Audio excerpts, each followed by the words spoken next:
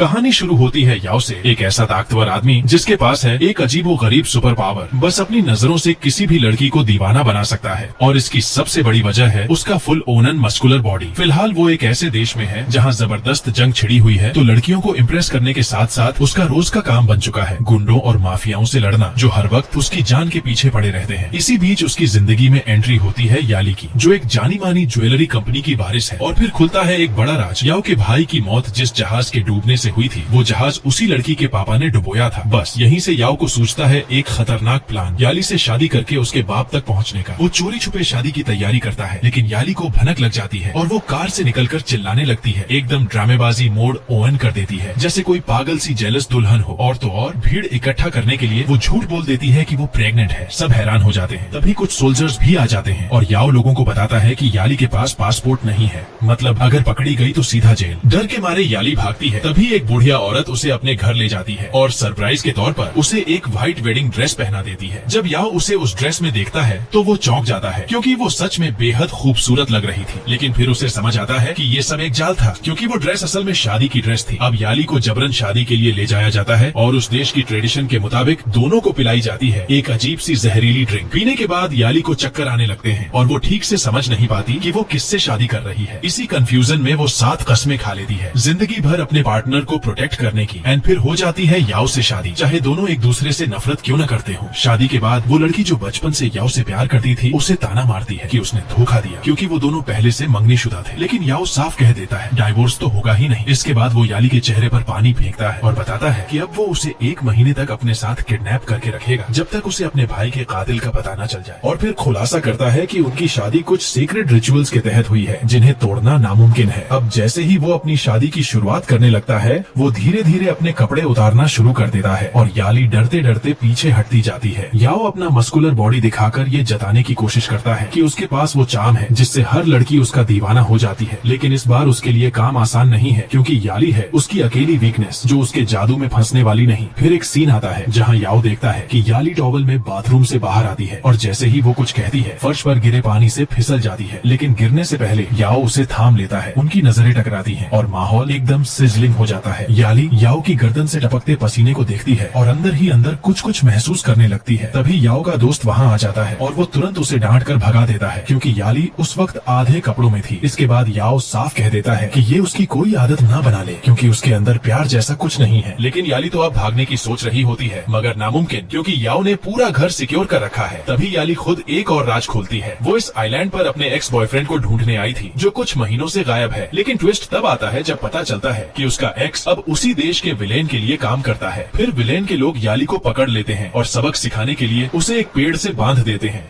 घंटों तक ना पानी ना कोई रहम। उधर याओ और उसके लोग गार्ड्स का ध्यान भटकाते हैं और याओ वहाँ पहुँच जाता है। वो उसे वार्न करता है कि अगर अगली बार वो फिर से भागी तो वो बचाने नहीं आएगा। याली डरते डरते मान जाती है और याओ उसे अपनी पीठ पर उठाकर घर तक लाता है ताकि उसके पैरों में जख्म न हो। लेकिन जैसे ही घर पहुँचते हैं, याली बिना इजाजत उसके कमरे में घुस जाती है। अब जब दोनों एक ही घर में रहने लगते हैं तो याली को धीरे धीरे याओ की ड्यूल पर्सनैलिटी का अंदाजा लगने लगता है। रात को वो उसे बंदूक दिखाकर डराता है ताकि वो भाग न पाए और सुबह वही याओ शेफ बनकर उसके लिए खाना बनाता है। तभी वो देखती है कि कुछ सोल्जर्स उसके घर में घुसने वाले हैं, तो जल्दी से खुद को एक बड़ी सी बॉक्स में छुपा लेती है। लेकिन चीफ अफसर उसे पकड़ लेता है और पासपोर्ट मांगता है, जो याली के पास है ही नहीं। वो उसे गिरफ्तार करने की सोच ही रहा होता है कि याओ एंट्री मारता है और अफसर का हाथ हटाते हुए उसे झाड़ देता है। फिर वो एक बैग भरकर पैसे देता है ताकि अफसर घूस लेकर मामला रफा दफा कर दे। लेकिन अफसर याली को गलत समझ लेता है, सोचता है याओ ने उसे किसी रखेल की तरह खरीदा है, क्योंकि इतना पैसा दिया है। जब अफसर हद पार कर जाता है, याओ उसे जोरदार थप्पड़ जड़ देता है और कहता है इज्जत करना सीखो, ये औरत मेरी वाइफ है। अब अफसर गुस्से से उबल रहा होता है और मारने ही वाला होता है कि तभी एक बड़े जनरल की कॉल आती है, जो ऑन ऑर्डर देता है कि दोनों को छोड़ दिया जाए और बिना कुछ कहे वहाँ से निकल जाए। अचानक बाहर से कुछ आवाजें सुनाई देती हैं और याली को लगता है कि शायद कोई खतरा है, तो वो अपनी बहादुरी दिखाने निकल पड़ती है, वो भी एक लकड़ी की बेवकूफ सी चम्मच लेकर। लेकिन बाहर जो नजारा होता है वो बिल्कुल ही अलग होता है। दरअसल शहर के कुछ लोग उनके शादीशुदा जीवन को आशीर्वाद देने आए होते हैं अपने पारंपरिक रिवाजों के साथ। वो दोनों के हाथों को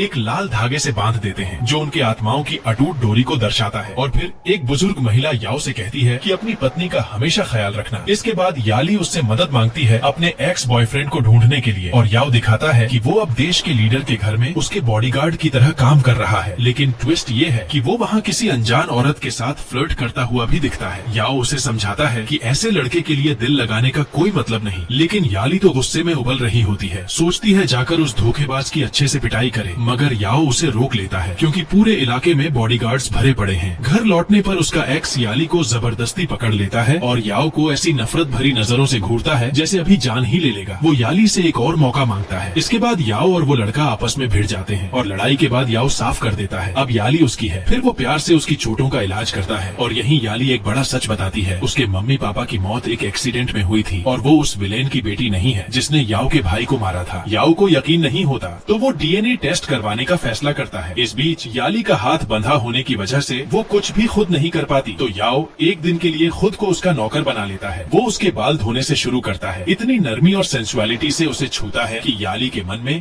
हलचल मच जाती है। जब वो कहती है कि उसे कान में खुजली हो रही है तो याओ बड़े प्यार से कान साफ करता है और उस छोटे से इशारे में भी वो कुछ ऐसा महसूस करने लगती है जो पहले कभी नहीं हुआ। लेकिन तभी उनकी ये इंटीमेट मोमेंट टूट जाता है क्योंकि बे उन्हें देख लेती है और साफ कह देती है कि वो इस रिश्ते को आगे बढ़ने नहीं देगी। बे कहती है कि इनकी शादी प्यार से नहीं मजबूरी से हुई है, इसलिए ये वैध नहीं है जब तक ये साबित न हो जाए कि इन दोनों के बीच सच्चा प्यार है। उसी पल याली पहली बार याओ की आंखों में देखती है और महसूस करती है कि शायद वो उसके लिए कुछ महसूस करने लगी है। लेकिन जैसे ही बाई याओ के करीब आने की कोशिश करती है और उसे अपनी आखिरी कोशिश से हासिल करने लगती है, याली एकदम जल भुन जाती है। याओ उसे इमेच्योर कहकर समझाता है, मगर याली ठान लेती है कि अब वो डिवोर्स मांगकर ही दम लेगी। इसके बाद याओ का दोस्त याली को एक शादी की अंगूठी गिफ्ट करता है क्योंकि उसे पता होता है कि इन दोनों के बीच झगड़ा हो चुका है। जैसे ही याओ वहाँ आता है, याली जानबूझकर दिखावा करती है कि अब वो उसके दोस्त को पसंद करती है। ये देखकर याओ का पारा 7वें आसमान पर पहुँच जाता है। इतना गुस्सा आता है कि वो अपने ही दोस्त को मारने की धमकी दे देता है क्योंकि उसे बर्दाश्त नहीं कि कोई उसकी जान और उसके बीच आए। उसी दौरान याली अपने एक्स से मिलती है जो उसे घर बुलाकर उनकी अधूरी लव स्टोरी के बारे में बात करना चाहता है और साथ ही उसे पियानो बजाने की उसकी पुरानी हॉबी दोबारा अपनाने के लिए इंस्पायर करता है। फिर याली को एक ईमेल मिलता है जिसमें उसे चाइना के गोल्डन हॉल में परफॉर्म करने के लिए इनवाइट किया गया होता है। ये वही सपना था जिसका इंतजार वो सालों से कर रही थी, लेकिन याओ साफ कह देता है कि वो कहीं नहीं जा सकती क्योंकि वो अब भी टेक्निकली किडनैप्ड है और अगर उसे सोल्जर्स ने देख लिया तो सीधे जेल में डाल देंगे। फिर भी याली जाने की ठान लेती है। याओ कहता है कम से कम जाने से पहले ये कप पी लो। उसे समझ नहीं आता क्यों, लेकिन फिर भी वो पी लेती है और निकल जाती है। बाहर कुछ सोल्जर्स को एक पोस्टर मिलता है जिसमें याली की फोटो होती है और लिखा होता है जिंदा या मुर्दा ढूंढ निकालो। सोल्जर्स उसे देखते ही पीछा करने लगते हैं और एक अंधेरे गली में उसे घेर लेते हैं। तभी बिल्कुल मूवी स्टाइल में याओ वहाँ पहुँचता है और सब रुक जाते हैं। लेकिन फिर जब वो याली का चेहरा दिखाता है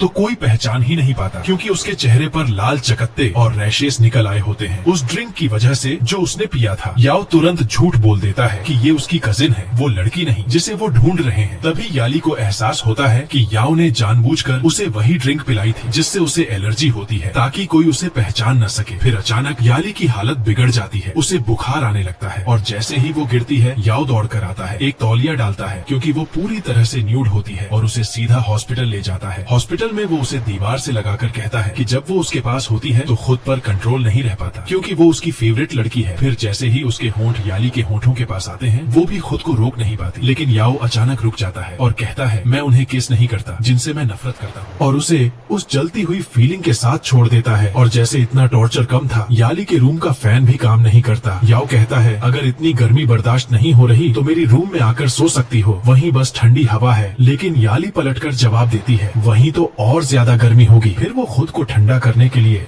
फ्रिज खोलकर सोचती है कि अंदर ही घुस जाए, लेकिन आखिरकार फैसला करती है कि वो हॉल में ही सो जाएगी। सुबह जब याली की आंख खुलती है तो उसे समझ ही नहीं आता कि वो है कहाँ, और तभी अचानक लड़खड़ाकर वो सीधे याओ के बेड पर गिर जाती है। धीरे धीरे उसे याद आता है कि उसने रात उसी के साथ बिताई थी। याओ उसके ऊपर झुक जाता है अपने मस्कुलर बॉडी का पूरा शो करते हुए और दोनों के बीच वाइब ऐसा बनता है जैसे अभी अभी कुछ इंटीमेट होने वाला हो। लेकिन तभी उनका दोस्त यिबाई आ धमकता है और दोनों को ऐसी हालत में देखकर हैरान रह जाता है। याली जल्दी से खुद को ढक लेती है और सफाई देती है कि उन्होंने किस नहीं किया, लेकिन बाई सामने से बोल पड़ती है, चुड़ैल तूने किया होगा। ये सुनते ही याली आगबूला हो जाती है और इतना गुस्सा आता है कि वो सीधे बंदूक निकालकर उस पर तान देती है। याओ फौरन उसे रोक लेता है, वरना आज चेहरे उड़ ही जाते। लेकिन जैसे ही याली ने हथियार छुआ, उसे एक भयानक एंग्जाइटी अटैक आ जाता है। याओ बिना देरी किए उसे बाहर ले जाता है ताकि उसका ध्यान बंटे और फिर वो उसे अपने अंकल से मिलवाने ले जाता है, जो कि एक जनरल है। उसी दौरान वो याली की आंखें बंद करवाता है और जब वो खोलती है तो दोनों की हथेलियां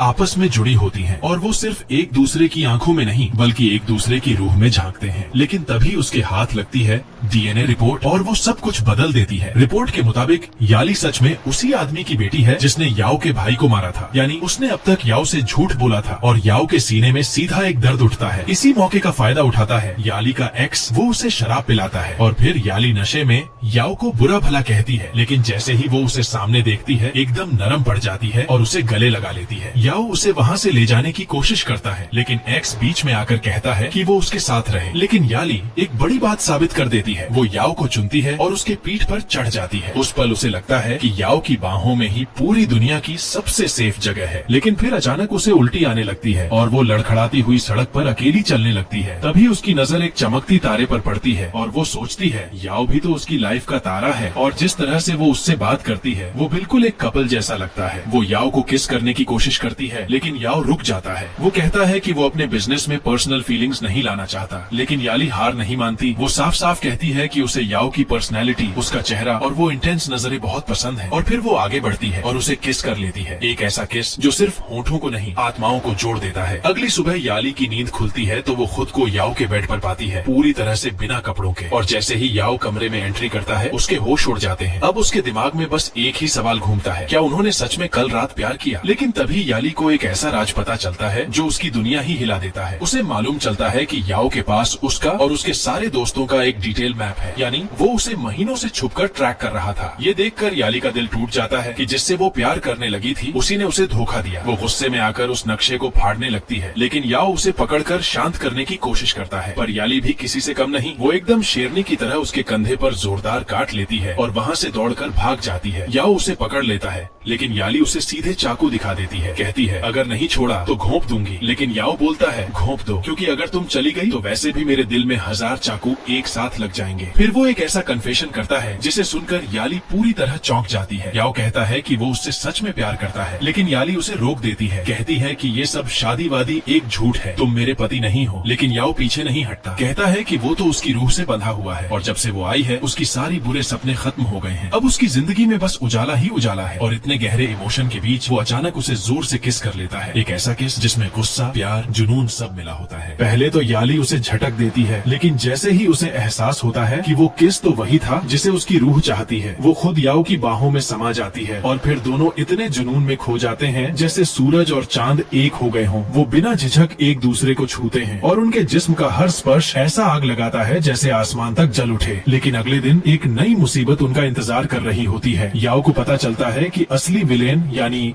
याली का बाप अब जान चुका है कि उसकी बेटी अभी जिंदा है। याओ अपने दोस्त से कहता है कि फौरन एक बोट का टिकट खरीदे ताकि याली को इस खतरनाक टापू से बाहर भेजा जा सके, क्योंकि उसका बाप कोई आम इंसान नहीं, वो एक साइको है जो याली को सिर्फ इसलिए मारना चाहता है ताकि वो उसकी विरासत पर कब्जा कर सके। याओ का दोस्त उसे जबरदस्ती ले जाने की कोशिश करता है, लेकिन याली जाने से इनकार कर देती है, कहती है कि वो अपने प्यार से दूर नहीं जाएगी। याओ को याली की ये बात इतनी छू जाती है कि वो खुद को रोक नहीं पाता और उसे जोर से गले लगा लेता है। याली मुस्कुराकर कहती है अब चाहे जो भी मुश्किलें आए वो दोनों साथ मिलकर उनका सामना करेंगे। फिर वो एक खूबसूरत सा ड्रेस पहनती है, सोचती है कि शायद अब वो दोनों चीन जा रहे हैं, लेकिन याओ उसे कहीं और ही ले जाता है, सीधे उसके बाप के लीडर की हवेली में। याली को लगता है कि याओ का दिमाग खराब हो गया है, लेकिन वो उससे कहता है बस मुझ पर भरोसा करो और उसके बालों में एक प्यारा सा हेयर क्लिप लगाता है। लेकिन भरोसे का ये पल एकदम खौफनाक मोड़ ले लेता है। याओ उसे उस लीडर के हवाले कर देता है और वहाँ उसे एक कुर्सी से बांध दिया जाता है। इतना ही नहीं, उसके पैर में एक बम बांध दिया जाता है जो अगर 300 मीटर दूर गया तो सीधे ब्लास्ट हो जाएगा। लेकिन असली ड्रामा तो अब शुरू होता है। लीडर उससे बात करता है जबकि याओ अपनी गाड़ी में बैठा चुपचाप सब सुन रहा होता है, क्योंकि जो हेयर क्लिप उसने उसने याली के बालों में लगाया था वो असल में एक छुपी हुई रिकॉर्डिंग डिवाइस थी। और अब याओ सुन रहा है कि लीडर याली से पूछ रहा है कि उसकी याओ से क्या रिश्ता है, क्योंकि उसकी दूसरी बेटी आज भी याओ से प्यार करती है। और जैसे ही वो लीडर याली को धमकाने लगता है, हाथ में चाकू लेकर सामने खड़ा हो जाता है। याओ को समझ आता है कि अब कुछ करना पड़ेगा। वो फौरन विला में घुसता है और बिना किसी हिचक के अपने छाते से एक एक बॉडीगार्ड की हड्डियां तोड़ डालता है। वो छाता भले ही सिंपल दिखता हो, लेकिन हर वार पर सामने वाले की हड्डियां चटक जाती हैं। याओ किसी तरह याली को आजाद करवा लेता है और दोनों वहाँ से भागने की कोशिश करते हैं, लेकिन तभी उसके पैर में बंधा बम बीप करने लगता है और उन्हें समझ आता है कि अगर याली ने इस विला से 300 मीटर दूर भी जाने की कोशिश की तो सीधा ब्लास्ट होगा। इतने में लीडर भी आ जाता है और दोनों को मजबूरी में विला में रुकना पड़ता है। विथ वन कंडीशन, याओ को याली के साथ रहना होगा ताकि वो उसे प्रोटेक्ट कर सके। विला एकदम विलेन की गुफा जैसा है जिसमें भर भर के उसकी रखैलें रहती हैं। और तभी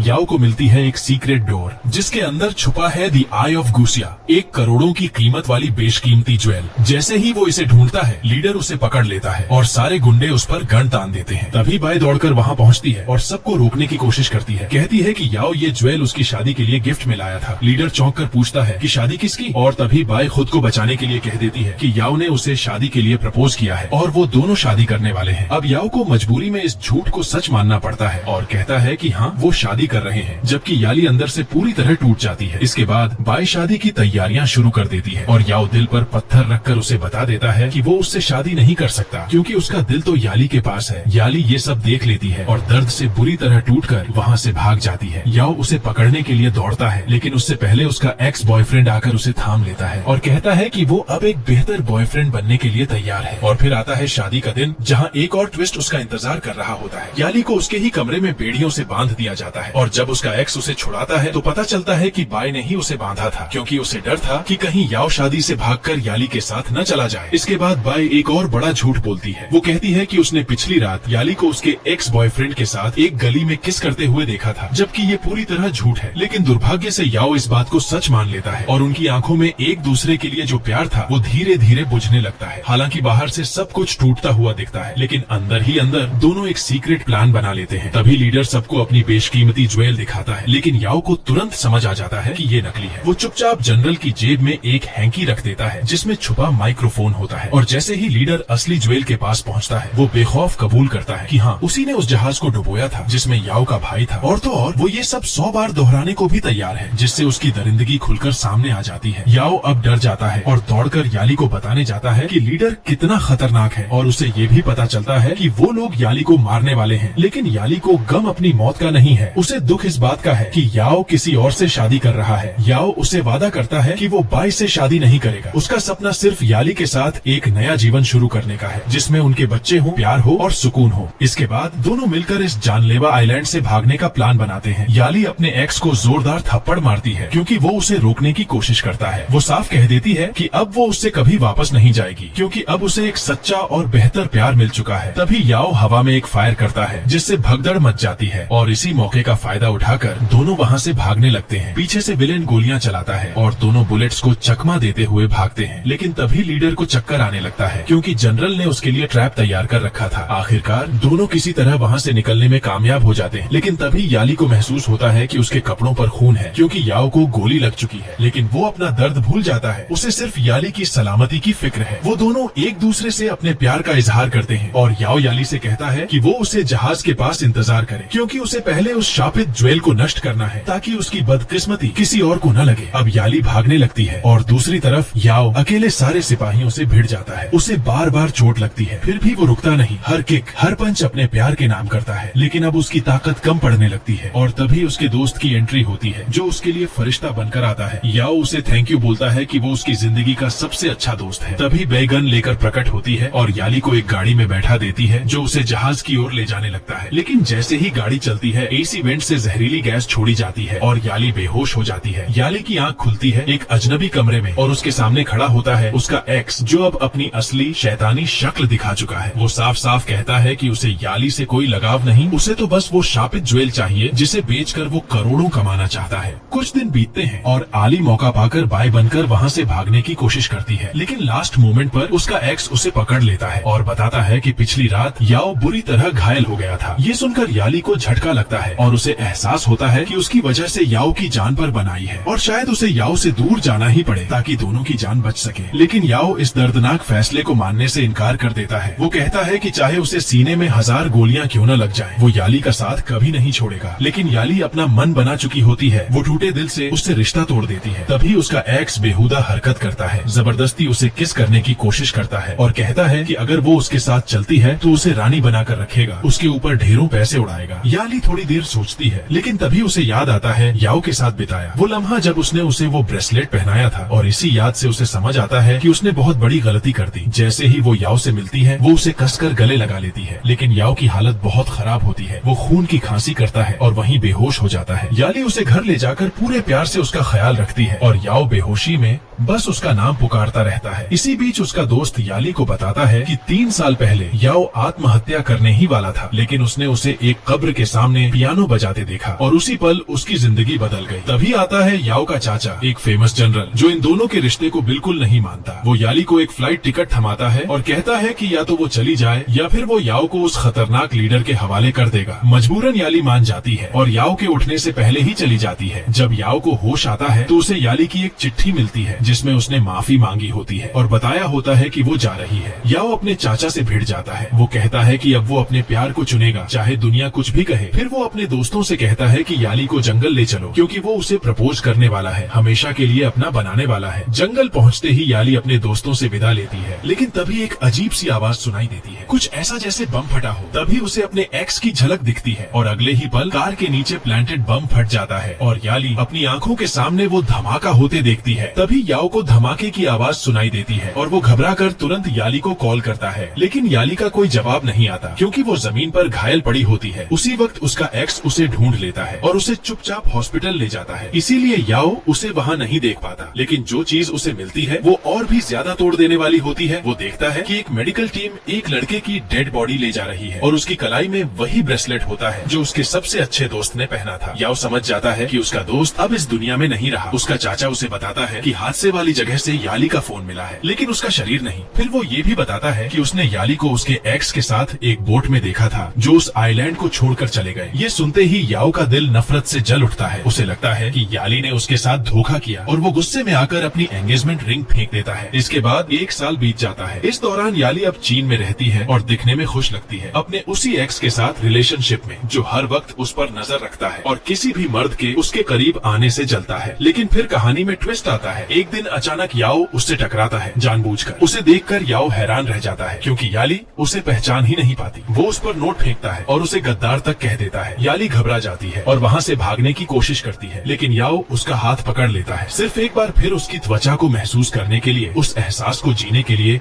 जिसे वो साल भर से मिस कर रहा था। तभी याओ को पता चलता है कि याली की याददाश्त चली गई है और उसका एक्स खुद को एक रिच प्रेसिडेंट बताकर उसे धोखे में रखे हुए है। याली, जो अब पूरी तरह कंफ्यूज्ड है, वॉशरूम में जाकर खुद को संभालती है, जबकि याओ यही सोच रहा होता है कि शायद वो झूठ बोल रही है। वो उसे उनके पुराने हग्स और पैशनेट किसेस याद दिलाने की कोशिश करता है और ये भी कि कैसे उसे उसका शरीर पसंद है। जैसे ही वो उसकी शर्ट उतारने की कोशिश करता है, याली उसे जोरदार थप्पड़ मार देती है और धमकी देती है कि अगली बार इससे भी ज्यादा मारेगी। लेकिन याओ फिर भी हार नहीं मानता और उसकी लाइफ में फिर से घुसने की कोशिश करता है। इसी बीच उसका एक्स नोटिस करता है कि याओ ने याली को छुआ है और फिर बताता है कि याली को सिलेक्टिव एमनीशिया है, यानी उसकी दिमागी हालत उसे पुराने इमोशनल ट्रॉमा से बचाने के लिए सब भूलने पर मजबूर कर रही है। वो उसे एक दवाई देता है, लेकिन याओ समझ जाता है कि ये दवाई याली को मेंटली कंट्रोल करने का जरिया है। इस खुलासे के बाद याली के मन से याओ का ख्याल निकलता ही नहीं। आधी रात को वो चुपचाप याओ के होटल पहुंच जाती है और वहीं से उसकी लॉस्ट मेमोरीज धीरे धीरे जागने लगती हैं। याओ उसे एक झटके में उठाकर बेड पर ले जाता है और फिर अपनी शर्ट उतारता है ताकि उसे अपने मसल्स दिखा सके और फिर पूछता है, ये एब्स याद है ना, तुमने इन्हें कई बार टच किया है। याओ उसे झकझोरता है, बेहद आक्रोश में अपनी जान झोंकते हुए उससे विनती करता है कि वो उनके पुराने किस याद करे। लेकिन जब ऐसा नहीं होता तो याली उसकी 24 घंटे की असिस्टेंट बन जाती है। सबसे पहले वो अपने एक्स से सगाई तोड़ देती है, जिससे उसका एक्स टूट सा जाता है और अपनी हार का सारा इल्जाम याओ पर डाल देता है। याओ ये सब देखकर मन ही मन खुश होता है, लेकिन उसका असली मकसद सिर्फ एक ही होता है, याली को दोबारा अपनी जिंदगी में लाना, उस लड़की को जो उसके ख्वाबों की रानी थी। एक्स इस ह्यूमिलिएशन का बदला लेने के लिए याओ को जोरदार मुक्का मारता है, लेकिन याओ भी कम नहीं होता। उसके एक पंच से पूरा पासा पलट जाता है और दोनों के बीच जबरदस्त फाइट होती है, जिसका अंत होता है एक्स के जमीन पर चित्त हो जाने के साथ। फिर बाय आती है और याली को गले लगाकर बताती है कि कैसे उस धमाके ने उसे हवा में उड़ा दिया था, लेकिन याली को कुछ याद नहीं आता, जिस पर बाई कहती है कि वो हादसे के बाद एकदम पागल सी हो गई थी। तब याओ एक शॉक थेरेपी ट्राई करता है। वो उसकी हथेली आग के पास ले जाता है और उसी पल उसकी यादें झटके से वापस आने लगती है। याली इतनी कमजोर हो जाती है कि खड़ी तक नहीं रह पाती और उसकी आंखों के सामने उस दिन की सारी घटनाएं घूमने लगती हैं। फिर वो पियानो के सामने जाकर बैठती है और याओ उसे वो धुन बजाने के लिए कहता है जिसे उसने पहली बार याली को बजाते हुए सुना था। याली कंफ्यूज हो जाती है और एक चाकू निकाल लेती है, लेकिन याओ डरता नहीं बल्कि कहता है कि वो उसके साथ एक नई जिंदगी शुरू करना चाहता है। इसके बाद दोनों एक अजीब लेकिन बेहद इंटेंस किस करते हैं, एक ऐसा किस जिसमें उनकी जुबानों की जंग चलती है। और भले ही याली कहती है कि वो उससे प्यार नहीं करती, पर उसके दिल की सच्चाई कुछ और ही होती है। याओ हार नहीं मानता और अपना प्यार जताता रहता है। वो उसे बताता है कि उसका एक्स उसे दवाइयों से कंट्रोल कर रहा था और उसकी यादों से खेल रहा था। जैसे ही याली ने वो दवाइयाँ लेनी बंद की, उसे याद आता है कि धमाके के दिन उसने जनरल को चाकू मारकर मार डाला था और फिर वोजू वेयर हुई ज्वेल चुराई थी, जो उसकी जिंदगी का सबसे बड़ा मकसद बन चुकी थी। अब उसका एक्स खुलेआम धमकी देता है कि वो सबको खत्म कर देगा और खुद फरार हो जाता है। वहीं याओ उसे उस जगह ले जाता है जहां उसने पहली बार याली को देखा था और अपने दिल की बात कहता है कि वो अपनी पूरी जिंदगी उसकी आंखों में देखकर गुजारना चाहता है। और तभी दोनों के होंठ फिर टकराते हैं, जैसे दो उल्का पिंड जो मोहब्बत की ताकत से एक दूसरे की ओर खींचते चले आ रहे हों। दोनों के बीच का प्यार जो एक वक्त नफरत से भरा था, अब एक खूबसूरत सच्चाई बन चुका होता है। इसके बाद एक नई शुरुआत होती है। वो दोनों मिलकर एक नया घर खरीदते हैं और साथ में रहने लगते हैं। लेकिन तभी जैसे किस्मत को कुछ और ही मंजूर होता है, उनकी जिंदगी में फिर से दाखिल होता है याली का एक्स, और इस बार वो उसे किडनैप करने का फैसला करता है। एक्स अब याओ से कहता है कि अगर उसे अपनी मोहब्बत वापस चाहिए तो उसे मोटी रकम चुकानी पड़ेगी, और उसी के सामने उसे एक मेटल की सेल में बंद कर देता है। इसके बाद वो याली को बेहद घिनौने तरीके से छूने की कोशिश करता है, जिससे गुस्से में आकर बाई उससे लड़ने लगती है। तभी एक्स अपनी सारी क्रिमिनल हरकतों का बखान करने लगता है, लेकिन उसे ये नहीं पता होता कि याओ पहले से जानता था कैसे उस सेल को अनलॉक किया जा सकता है। एक्स को तब होश आता है जब उसे दिखता है कि बैग के अंदर एक कैमरा छिपा हुआ था, और तभी याओ बाहर निकलकर उसे बताता है कि उसकी सारी हरकतें रिकॉर्ड हो चुकी हैं और वीडियो अब इंटरनेट पर वायरल हो चुका है। पुलिस भी हर बात जान चुकी है। ये सुनते ही एक्स पागल हो जाता है और बाई को पकड़कर कहता है कि अगर कोई एक कदम भी आगे बढ़ा तो वो लाइटर गिरा देगा, जिससे पूरा कमरा धमाके से उड़ जाएगा। लेकिन तभी कोई उसे जोरदार घूंसा मारता है और याओ याली दोनों जान बचाकर वहाँ से भाग निकलते हैं। पीछे सिर्फ जलता हुआ कमरा और एक्स का जलता हुआ गुस्सा रह जाता है। एक साल बीत जाता है और उसी जंगल में जहाँ उनकी कहानी शुरू हुई थी, याली अकेली बैठी होती है। तभी वहाँ आता है याओ। अब और इंतजार नहीं किया जा सकता, उसका दिल अब और जुदाई नहीं सह सकता। वो उसके सामने घुटनों पर बैठता है और वही जादुई ज्वेल निकालता है जिसके लिए उन्होंने इतने जख्म सहे थे। लेकिन इस बार वो ज्वेल कोई श्राप नहीं बल्कि एक प्रपोजल रिंग बन चुकी होती है। याओ अब उसे सच में अपनी पत्नी बनाना चाहता है और याली बिना कोई हिचकिचाहट के उसे हाँ कह देती है। यही है उनकी असली शुरुआत, एक ऐसी लव स्टोरी जो लड़ाई झगड़ों और गलत फहमियों से शुरू हुई थी, लेकिन अब उस पर प्यार का एक ऐसा पुल बन चुका था जो कभी नहीं टूटने वाला। और फिर दोनों एक दूसरे को ऐसे चूमते हैं जैसे इस पूरी दुनिया में सिर्फ वही दो लोग हों, क्योंकि सच में सच्चे प्यार से ज्यादा ताकतवर कुछ नहीं होता। और अगर तुम्हें ये कहानी पसंद आई हो तो चैनल को जरूर सब्सक्राइब करो, बेल आइकन दबाओ ताकि कोई भी अगला वीडियो मिस न हो जाए। मैं यहाँ और भी जबरदस्त वीडियो डाल रहा हूँ जो तुम्हें जरूर पसंद आएंगे। तुम्हारा कीमती वक्त देने के लिए बहुत बहुत धन्यवाद। फिर मिलेंगे अगली कहानी में।